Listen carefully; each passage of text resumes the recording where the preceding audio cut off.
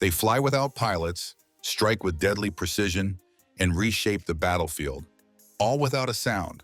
But how are these machines of modern war actually built? From DIY garages to billion-dollar factories, we're diving deep into the secret world of military drones and how they're made to hunt, kill, and survive. The blueprint of destruction. It all starts on a screen, a blank digital canvas that will soon carry out deadly missions.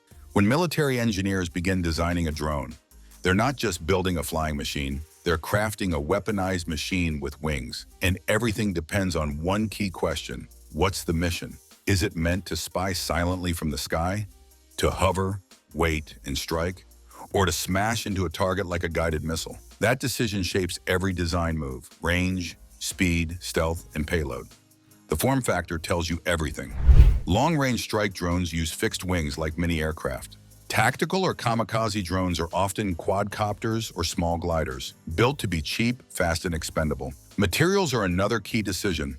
Carbon fiber composites are standard, light, durable, and aerodynamic. Many parts, especially in low-cost war zones, are now 3D printed, cutting production time to days instead of weeks. Then comes the virtual trial. AI-powered simulations test every stress point before a single piece is cut.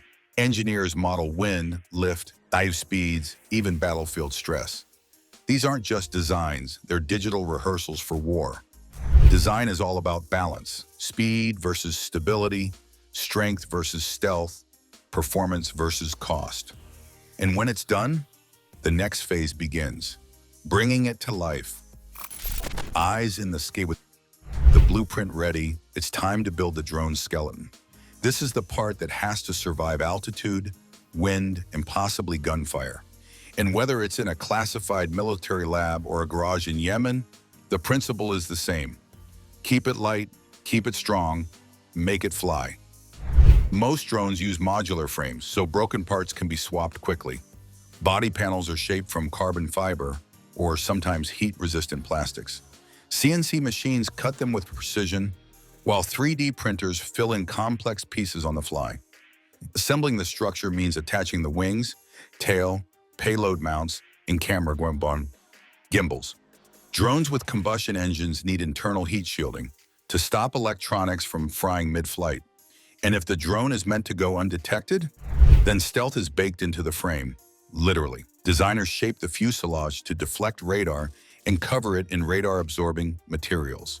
Every frame tells a story. From screws to surface coating, it's built for a specific kind of war. Brain of the beast. Here's where the drone becomes more than just a shell. Its brain, the flight control unit, is a hardened battlefield computer running non-stop calculations to keep it flying straight. Inside, sensors like GPS, gyroscopes, and IMUs, inertial measurement units, work together to tell the drone where it is, how it's tilted, and how fast it's moving. All this data is processed hundreds of times per second to keep it stable, even in chaos. But in today's combat zones, GPS can't be trusted. Enemies jam it. They spoof it. That's why newer drones also use AI vision, navigating by landmarks, not satellites. Some can even follow roads or rivers using only their cameras. Communications are locked down tight. The drone must send live video and receive commands without being hacked. So it uses encrypted links, frequency hopping, and backup channels to avoid interception. And if something fails, it has a backup.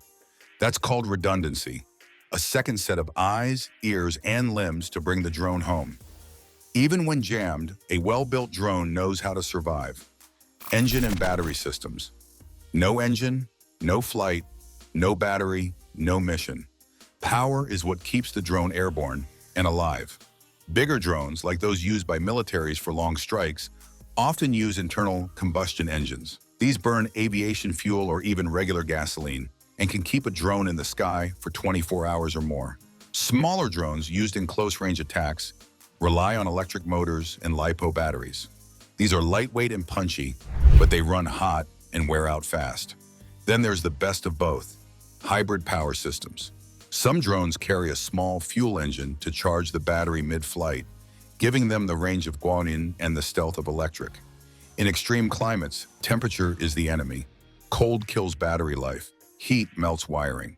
That's why drones are fitted with thermal regulation systems, cooling fans, heaters, and insulation.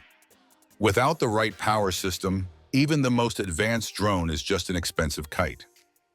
Weapons integration. Now comes the part that turns a drone from scout to lethal predator. This is where payloads are added, missiles, biotics, grenades, or the drone itself as a flying explosive. Large drones can carry weapons like the Hellfire missile, designed to destroy vehicles or bunkers. But smaller kamikaze drones, like those used by the Houthis or in Ukraine, carry shaped charges or fragmentation bombs. These are lighter, cheaper, and perfect for precision hits. Targeting systems are crucial. Some drones use daylight cameras, others infrared or laser-guided sensors. The operator watches in real time, selecting the target with deadly precision. The payload is mounted on modular rails, which makes it easy to swap between surveillance tools and weapons. Some drones even come with retractable launchers, allowing them to stay stealthy until the final moment. A modern combat drone doesn't just see the enemy, it ends the fight before the enemy knows it's there. Houthi DIY drone factories. You don't need a billion-dollar defense contract to make a deadly drone. The Houthis in Yemen prove that. With a handful of tools, some ingenuity, and help from the black market, they built a drone program that could strike military bases and oil fields hundreds of kilometers away. Inside makeshift workshops, sometimes just abandoned buildings, they assembled drone bodies using commercial parts scavenged from hobby stores and online marketplaces. Engines came from RC planes. Guidance systems were stripped from civilian drones and modified. It was crude, but it worked. Their KSF-1 drone became infamous. Though simple in design, it carried a warhead and could dive on a target like a missile. It closely mirrored Iran's Ababil-T drone, pointing to foreign technical support. But the Houthis didn't wait for perfect gear. They hacked together what they had and adapted quickly. What's remarkable is how much damage these garage-built drones did. They hit radar stations, airfields, and even oil infrastructure deep inside Saudi territory, all for a fraction of the cost of traditional air power. The battlefield is no longer owned by states with air forces. It's owned by whoever can build, fly, and hit. And as the world took notice, one thing became clear. Lethal drones don't just come from factories anymore. Sometimes they're born in garages. Ukraine's drone revolution. When Russia invaded, Ukraine didn't have time to wait for shipments of advanced drones. Instead, they improvised, fast. Civilian drones like DJI Mavics became weapons of war. With basic modifications and 3D printed parts, Ukrainians turned off-the-shelf tech into precision air support. They strapped small bombs and grenades onto hobby drones.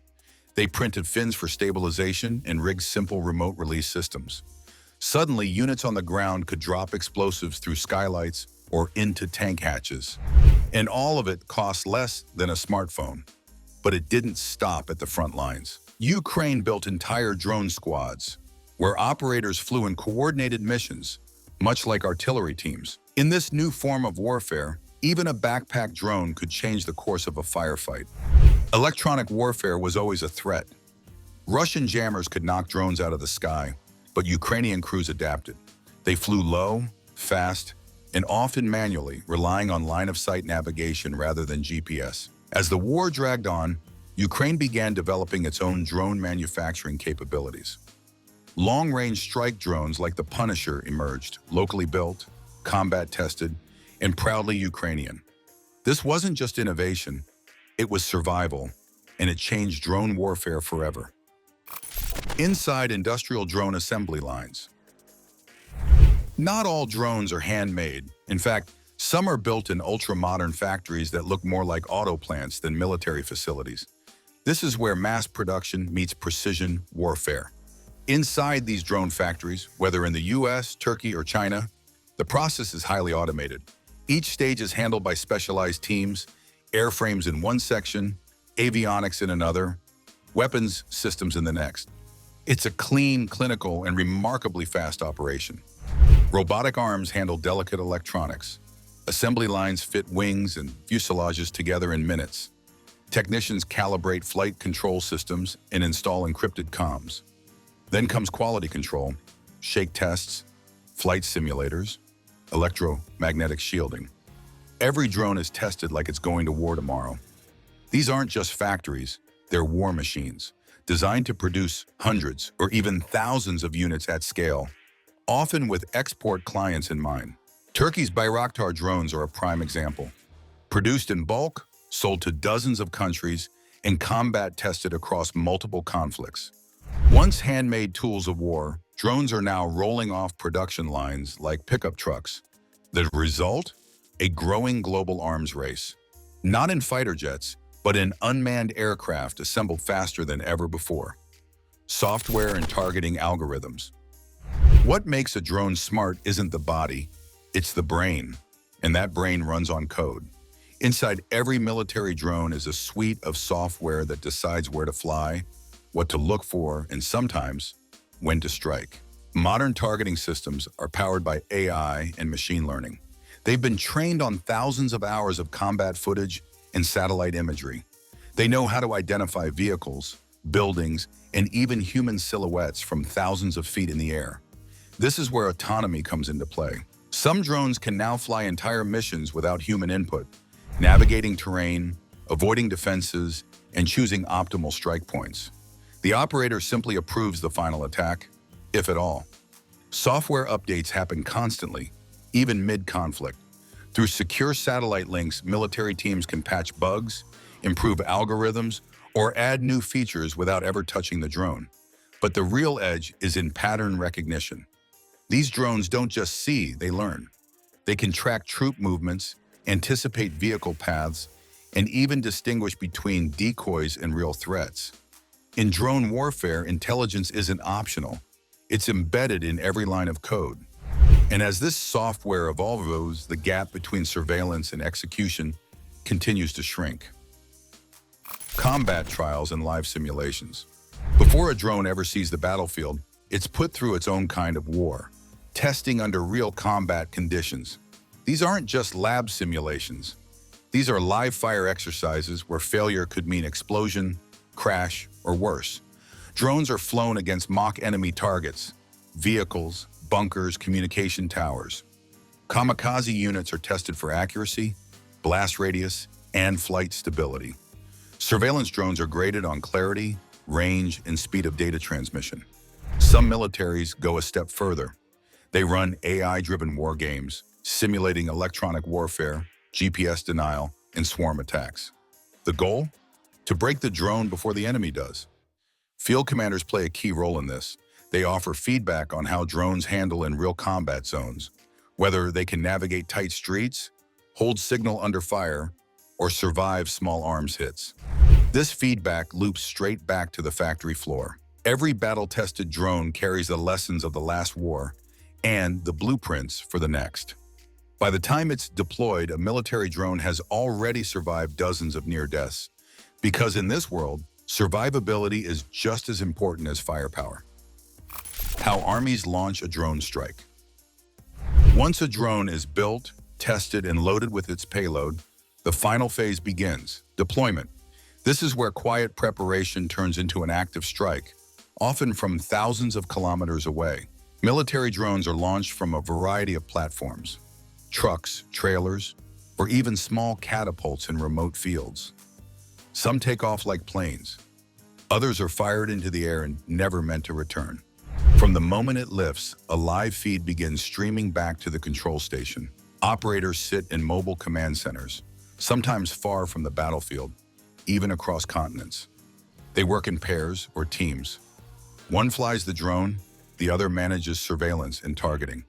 On their screens, high-definition video rolls in, real-time views of enemy movements, roads, compounds. Once a target is confirmed by GPS coordinates, laser guidance, or even a spotter on the ground, the operator locks in.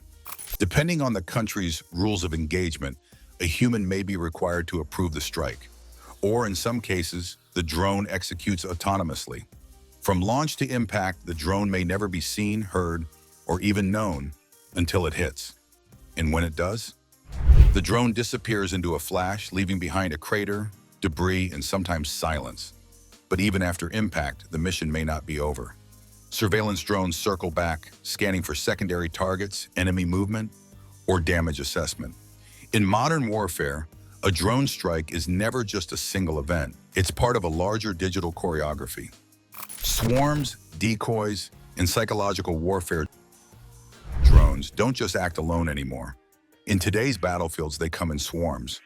Dozens, even hundreds of small drones launched together, moving like a flock, overwhelming radar systems, saturating defenses, and confusing anti-air platforms. Swarm tactics work by numbers and chaos.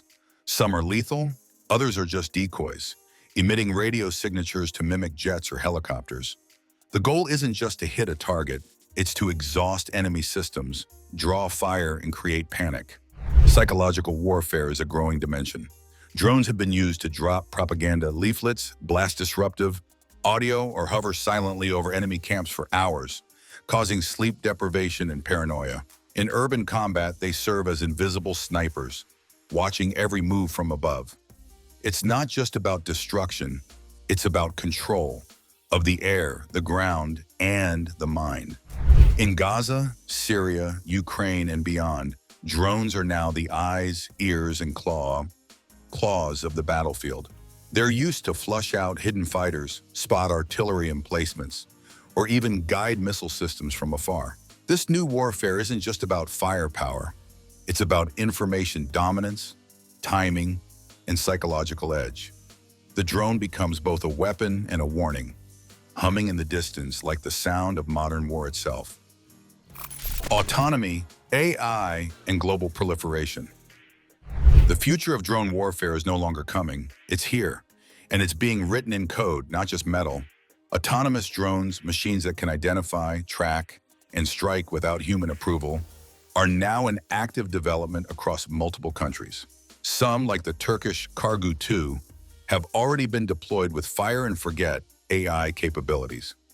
Open-source software and 3D printed components mean almost anyone, state or militia, can now build a lethal drone with off-the-shelf parts. The barriers to entry are dropping, and that means the threat is rising. Countries like Turkey, Iran, and China are becoming major exporters of armed drones or flooding conflict zones with low-cost, high-impact systems. At the same time, non-state actors, from cartels to extremist groups, are adapting drones for smuggling, surveillance, and assassination. The line between military and militant has blurred, and the drone doesn't care who's flying it. Even more alarming is the rise of drone-on-drone combat. Electronic warfare units are now trained to jam, spoof, or even crash enemy drones midair. It's a whole new battlefield, unmanned, invisible, and fast-moving. And as AI gets smarter, the ethical questions grow louder. What happens when drones choose their targets? Who's accountable when something goes wrong? These questions don't have clear answers, but the drones aren't waiting, because while nations debate, the machines are already flying. Military drones aren't just machines, they're the new face of warfare. Built with precision, powered by code, and deployed with ruthless efficiency. As technology evolves, so does the battlefield. The question now isn't who builds them, it's who controls them. And in this new era, the sky is no longer the limit.